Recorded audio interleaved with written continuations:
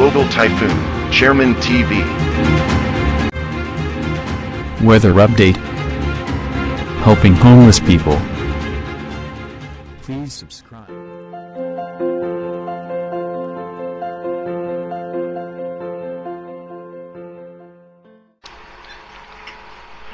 Magandang umaga po. Ito po ang latest update natin ngayong araw, June 5, 2024.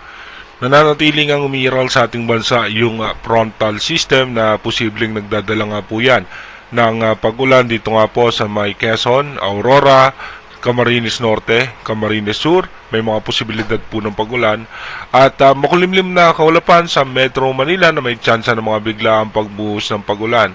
May mga isolated rain shower din po tayo sa may Visayas at sa parte ng Palawan. At ito naman po, mapapansin nyo yung low pressure area sa labas ng ating Philippine Area of Responsibility. Yung kanya extension ng kaulapan na nakapaloob din po yan sa may frontal system ay nagdadala rin po yan ng mga biglaang pagbuhos ng pag-ulan, lalong-lalo na nga dito sa may parte ng Bicol region. At ayon naman po sa latest update ng European Center, hanggang sa ngayon nga po, wala naman tayong posibleng bagyo na i-monitor. May mga posibilidad na low pressure area na posibleng tumulong sa southwest monsoon na magdala ng mga pagulan sa ating bansa. Pero hanggang ngayon nga po, mababa nga po, below average nga po yung mga pag-ulan na mararanasan ng ating bansa. Dahil pa rin po, dito nga po sa ating easterlies. Dumako nga po tayo sa ating rain map animation. Asahan nga natin, mamayang alas 8 ng umaga ay may mga tsansa na ng mga pag-ulan. Pagdating naman po ng alas 12 ng tanghali sa may Central Luzon, sa may Southern Luzon, may mga tsansa ng mga mahina at katamtamang pag-ulan.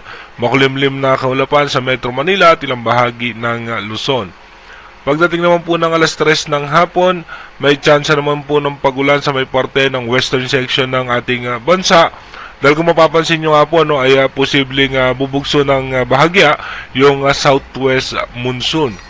Pagdating naman po ng alas 6 ng gabi, may tsansa pa rin po ng mga pagulan ng halos sa malaking bahagi ng Luzon. Meron din mga tsansa ng pagulan sa may parte ng Visayas at ng Mindanao. Maging sa parte po ng Palawan, may mga tsansa ng mga isolated rain shower.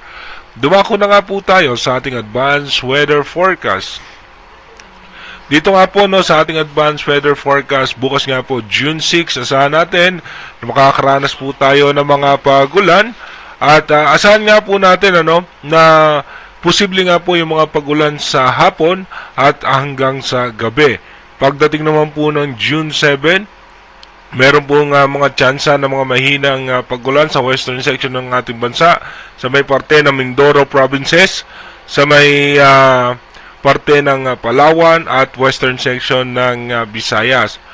Pagdating naman po ng June 8, dito naman po sa may parte ng Northern Luzon, magkakaroon ng mga tsansa ng pagulan.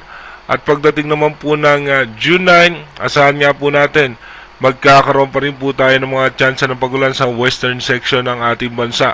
Mananatiling mainit at malinsangan ng panahon sa may parte ng Bicol region, Visayas at ilang bahagi ng Mindanao. Pagdating naman po ng June 10, wala naman tayong inaasahan na posibleng malalakas na pagulan sa malaking bahagi ng ating bansa. Pero dito nga po sa may parte ng Mindanao, may tsansa po ng mga biglaang pagbuhos ng pagulan, lalo po pagdating ng hapon. Pagdating naman po ng June 11, asahan natin na may mga pagulan po sa may parte ng Luzon pagdating ng alas 8 ng gabi. At pagdating naman po sa hapon at sa umaga, may mga posibilidad din po ng mga biglaang pagbuhos ng pagulan. Pagsapit naman po ng June 12 sa umaga, wala po tayo posibleng pagulan. Pagdating naman po ng hapon, may tsansa ng mga mahina katamtamang pagulan sa western section ng ating bansa. At pagdating naman po ng alas 8 ng gabi, ay katamtamang pagulan lamang o yung mga scattered rain shower yung posible nating maranasan. Pagdating naman po ng June 13, sa alas 8 nga po ng umaga, magiging maayos at maganda ang lagay ng panahon. Pero pagdating naman po ng hapon, may mga mahina at katamtamang pagulan po tayo dyan. Hinahatak nga po yung southwest monsoon nung sama ng panahon na nasa parte ng China.